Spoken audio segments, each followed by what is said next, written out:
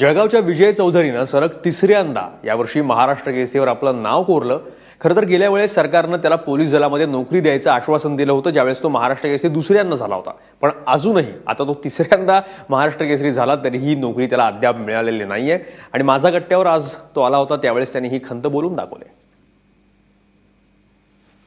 आपल्याकडे जसं मातीमध्ये कुस्ती करून पैसे मिळवतात ना, हरियाणामध्ये मॅटवर कुस्ती करून आंतरराष्ट्रीय स्तरावरचं मेडल आणून पैसे मिळवण्याची ईर्ष्या लागली. की त्यांचं सरकार आंतरराष्ट्रीय स्तरावर मेडल आलं की त्याला लाखो रुपये देतात. असे पैसे मिळवून आणि नाव मिळवून तिकडे ईर्ष्या लागली. आणि तिथे म्हणजे मॅट्रो खेळावर जॉब पण आहे. हा तिथं म्हणजे त्यांनी सरकारने ते डिक्लेअर म्हणजे मॅट्रो जाऊन जॉब दिला जातो. पण विजय, तुला महाराष्ट्र सरकारनं सांगितलं होतं गेल्या खेपेला तू जेव्हा झाला तेव्हा की तुला पोलीस दलात नोकरी देणार म्हणून. मिळाली का नोकरी? नाही मिळाली अजून. देतील वाटतं कधीतरी.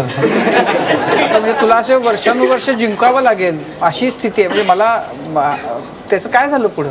ॲक्च्युली त्यावेळी आम्ही मुख्यमंत्र्यांना निवेदन देऊन प्रोसेसमध्ये आश्वासन घेऊन ती गोष्ट प्रोसेसमध्ये आली आहे. पण वर्षभर आम्ही फॉलोअप घेतोय त्या गोष्टीचा, पण ती अजून प्रोसेसमध्ये आहे असंच सांगितलं जात आहे. ज्या मुख्यमंत्र्यांनी गेल्या वेळेस त्याला नोकरीचं आश्वासन दिलं होतं, त्यांनी यंदा तो महाराष्ट्र केसरी झाल्यावर लगेचच ट्विट करून त्याचं अभिनंदन केलं. मात्र आश्वासनाचं काय झालं ते अद्यापही माहीत नाही.